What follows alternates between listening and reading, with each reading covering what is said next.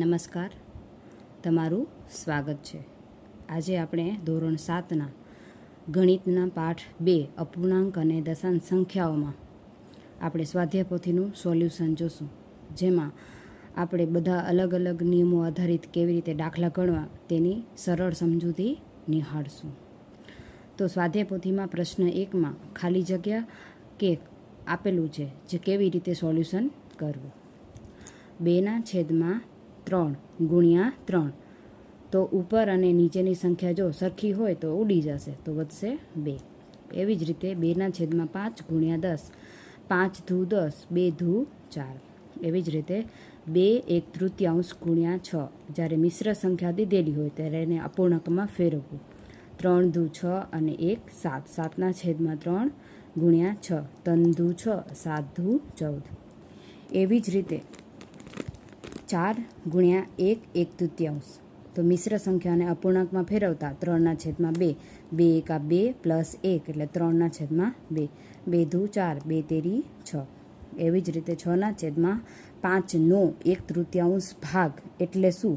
જ્યારે શબ્દ નો આવે એટલે એનો મતલબ સમજવાનો ગુણાકાર. 6/5 ગુણ્યા 1/3, 3 ધૂ 6, 2 એકા 2/5. એવી જ રીતે 10 ભાગ્યા 1/2, જ્યારે ભાગાકારની નિશાની આવે ત્યારે ભાગાકારની સંખ્યાને નિશાનીને દૂર કરવા માટે ગુણાકારની નિશાનીનો ઉપયોગ કરવામાં આવે છે. તો ગુણાકારમાં ફેરવવા માટે સંખ્યાને વ્યસ્તમાં ભરવું પડે છે, એટલે કે નીચેની સંખ્યા છેદની સંખ્યા અંશમાં અને અંશની સંખ્યા છેદમાં જાય છે, અને સામસામેનો ગુણાકાર 10 ધૂ 20 ભાગ્યા 1. એવી જ રીતે 3/4 ભાગ્યા 3/2, તો ભાગાકારની નિશાની છે તો સામેની સંખ્યાનું વ્યસ્ત સ્વરૂપ બનાવવાનું છે. તો કે 3/4 ગુણ્યા 2 છે એ અંશમાં જશે અને 3 છે એ છેદમાં જશે, તો 3 ઉડી જશે ને 2 એકા 2 અને 2 ધૂ 4 એટલે 1/2. ધ્યાન રાખજો કે છેદમાં જો 1 હોય તો તેની કોઈ સંખ્યાની કે વેલ્યુ રહેતી નથી, પણ અંશમાં જો 1 આવે તો તેની વેલ્યુ રહે છે.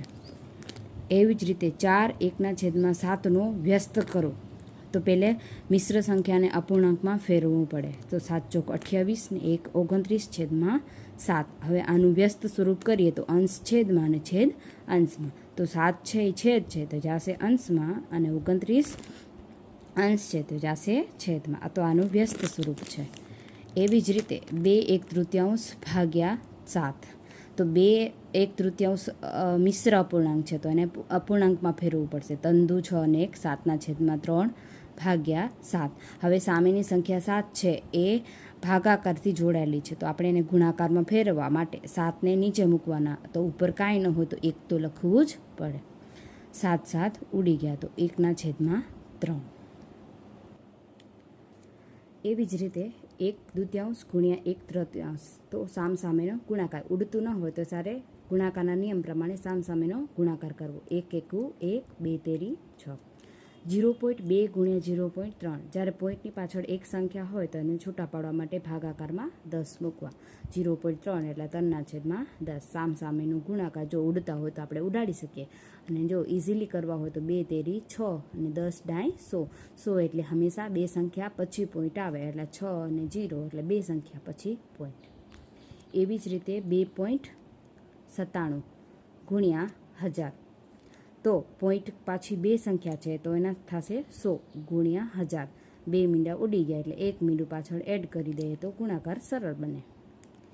એવી જ રીતે 2.7 ભાગ્યા 100, તો 2.7, 7 પછી એક પોઈન્ટ પછી એક સંખ્યા છે એટલે 10 ગુણ્યા 1/100. કેમ? તો કે ભાગાકાર હતો તો આપણે એનું ગુણાકારમાં ફેરવ્યું. 27 એકા 27 ભાગ્યા 10 ગુણ્યા 100 એટલે 1000. એટલે 1000 એટલે 3 સંખ્યા પછી પોઈન્ટ, એટલે 27 બે સંખ્યાના આગળ 0 મૂક્યો એટલે પોઈન્ટ લાગી જાય.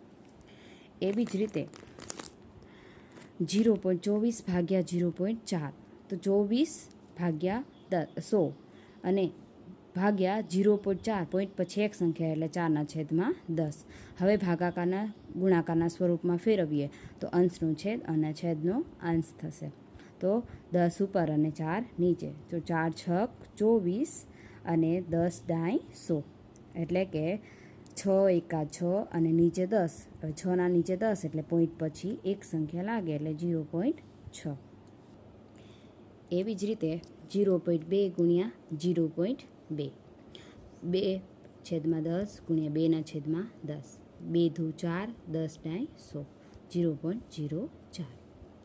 તો આપણે એના નિયમો જોઈએ કે આપણે નિયમો સરળ રીતે કેવી રીતે સમજી શકીએ.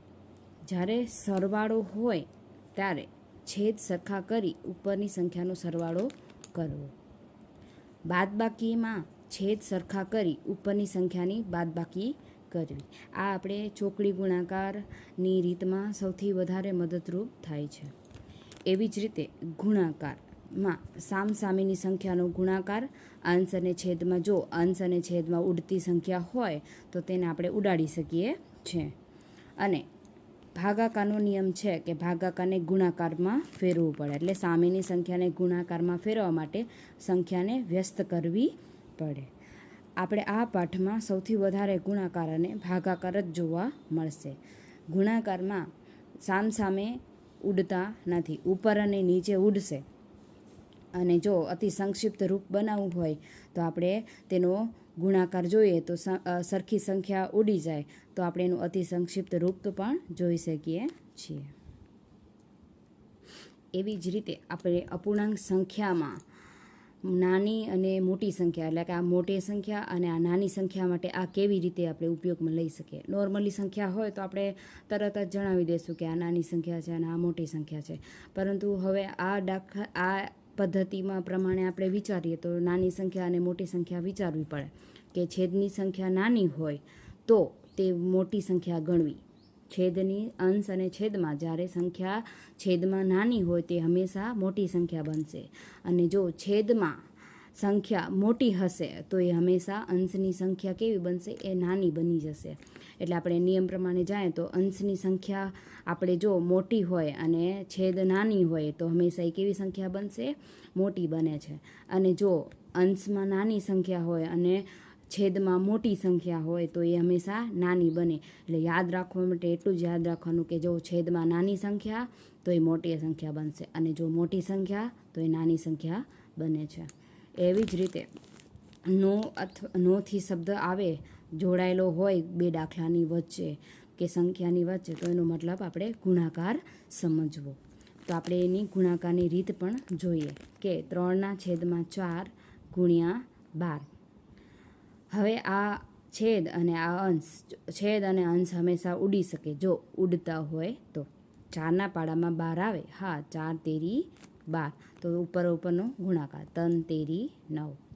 એવી જ રીતે 20 ગુણ્યા 2 3/10. તો પેલે મિશ્ર સંખ્યા દીધેલી હોય એને અપૂર્ણાંકમાં ફેરવવી પડે. 10 દુ 20, 20 ને 3 23, 23/10. જો 10ના પાડામાં 20 આવે છે તો 10 દુ 20 અને 23 દુ 46. એવી જ રીતે 9/14 ગુણ્યા 35/18.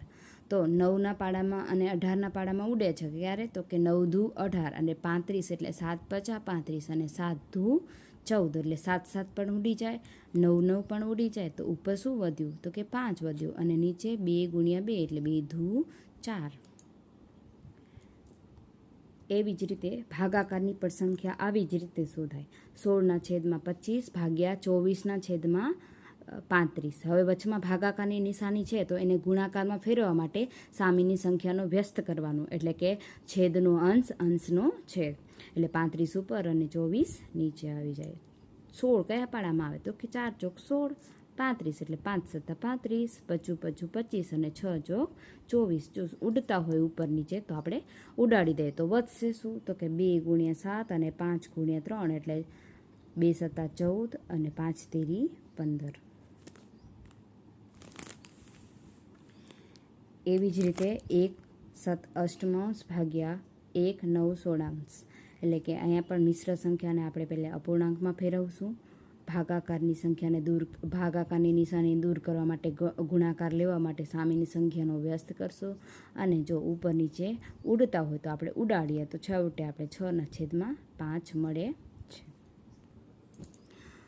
અહીંયા પણ 9/20 ભાગાકાર 18/25 આપેલા છે, તો સામેની સંખ્યાને આપણે વ્યસ્ત સ્વરૂપ બનાવશું.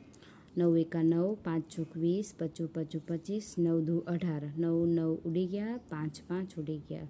હવે કાંઈ ઉડતું નથી, તો 1 25 5 અને 4 દુ 8 આવો આપણે જવાબ મળે છે.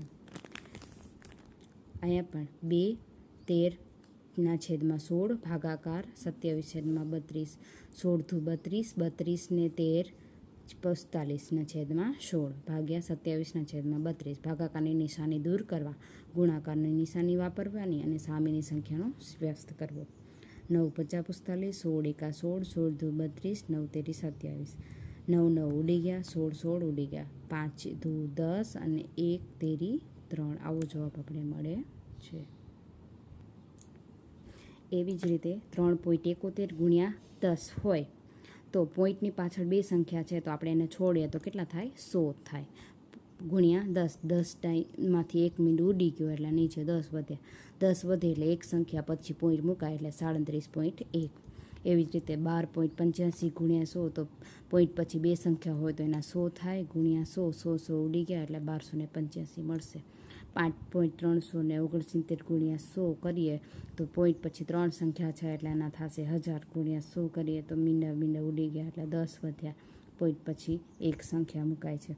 એવી જ રીતે 0.02 ગુણ્યા 100 હોય તો પોઈન્ટ છોડતા 2/100 ગુણ્યા 100 100 ઉડી જાય એટલે આપણે 2 જવાબ મળે છે.